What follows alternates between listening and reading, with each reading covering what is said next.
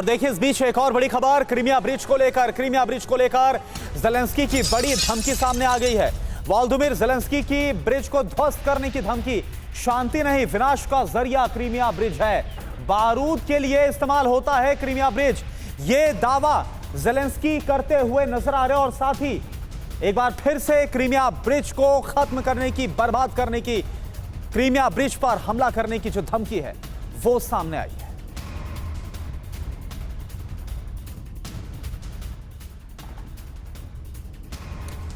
तो सवाल यह है कि क्या वर्ल्ड वॉर करवाएगा क्रीमिया ब्रिज, क्योंकि पुतिन पहले ही वार्न कर चुके हैं कि अगर क्रीमिया ब्रिज की तरफ देखा भी तो इसके बाद बुरा अंजाम होगा। आप देखिए क्रीमिया ब्रिज को लेकर ज़ेलेंस्की की बड़ी धमकी सामने आ गई है।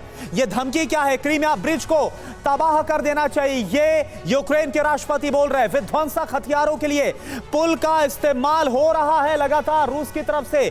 यह बात शांति नहीं, तबाही ला रहा है क्रीमिया ब्रिज। ये भी बोल रहे हैं ज़ेलेंस्की पुल के जरिए यूक्रेन आ रहे हैं रूस के हथियार। यही वजह है कि अगर शांति चाहिए तो फिर क्रीमिया ब्रिज को ध्वस्त करना होगा। इस बात का जो दावा है वो वोलोदिमीर ज़ेलेंस्की करते हुए नजर आ रहे हैं। इन सब के बीच आप देखिए एक और रिपोर्ट आपको हम दिखा रहे हैं। रूस यूक्रेन की जंग में अब भी न्यूक्लियर ब्लास्ट का सबसे ज्यादा खतरा ज़ापोरिज़िया प्लांट की वजह से बना हुआ है। हालांकि आईएईए ने प्लांट के सभी रिएक्टर्स बंद कर दिए हैं और हादसे से बचने के इंतजाम भी कर लिए गए हैं, लेकिन रूस ने संदेह का एक घर अब भी खुला छोड़ा है।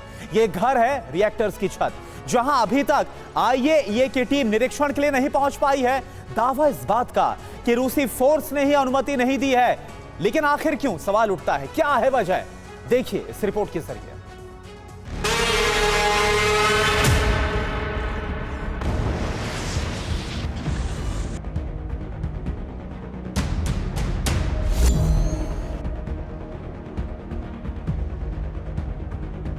न्यूक्लियर धमाके का डर, ज़ापोरिज़िया एपिसेंटर।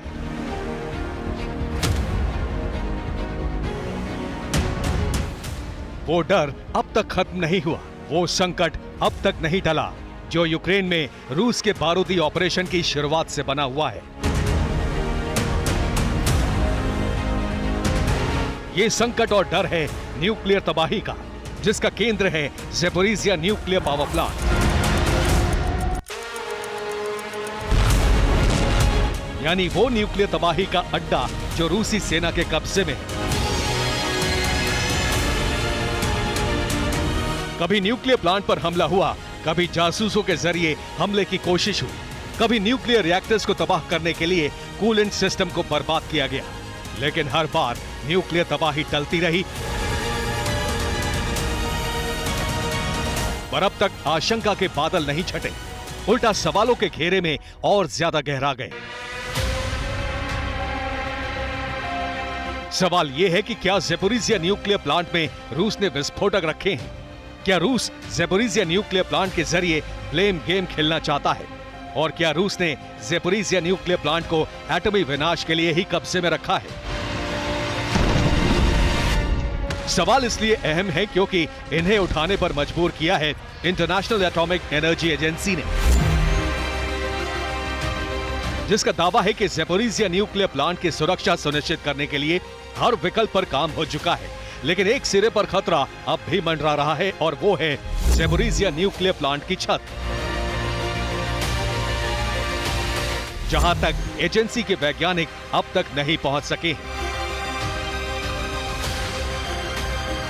दावे के तहत रूस ने ज़ापोरिज़िया एनपीपी के रिएक्टर्स की छतों पर निरीक्षण नहीं करने दिया है, जबकि न्यूक्लियर प्लांट की सुरक्षा के लिए रिएक्टर्स की छत पर जाना जरूरी है और आईएईए रूस पर लग रहे गड़बड़ी की जांच के लिए निरीक्षण करना चाहती है, ताकि यूक्रेन की तरफ से लगाए जा रहे साजिश के आरोपों की सच्चाई का पता लगाया जा सके।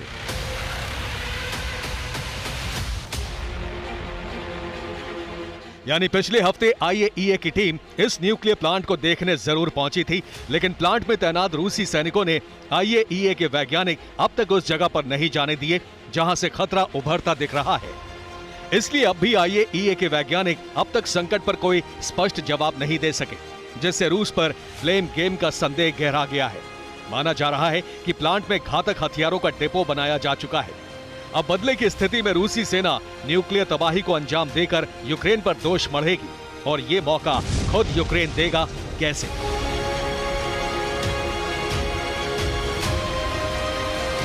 ये यूक्रेन की ज़ेपोरिज़िया में आक्रामकता का प्रमाण है।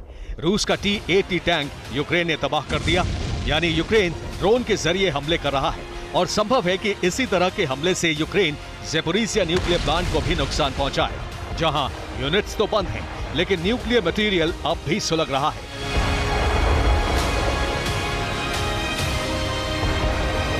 दूसरा प्रमाण है यूक्रेन की ज़ेपोरिज़िया के फ्रंट लाइन पर दिख रही आक्रामकता के खिलाफ जवाबी कार्रवाई। ये वीडियो ज़ेपोरिज़िया के रोबोटाइन शहर के पास का है, जहां यूक्रेन ने रूसी सेना पर हमला किया, लेकिन रूसी कार्रवाई के सामने वो टिक नहीं सके, यानी यूक्रेन के किसी भी वक्त एटमी विनाश के शिकार होने की आशंका बनी हुई है।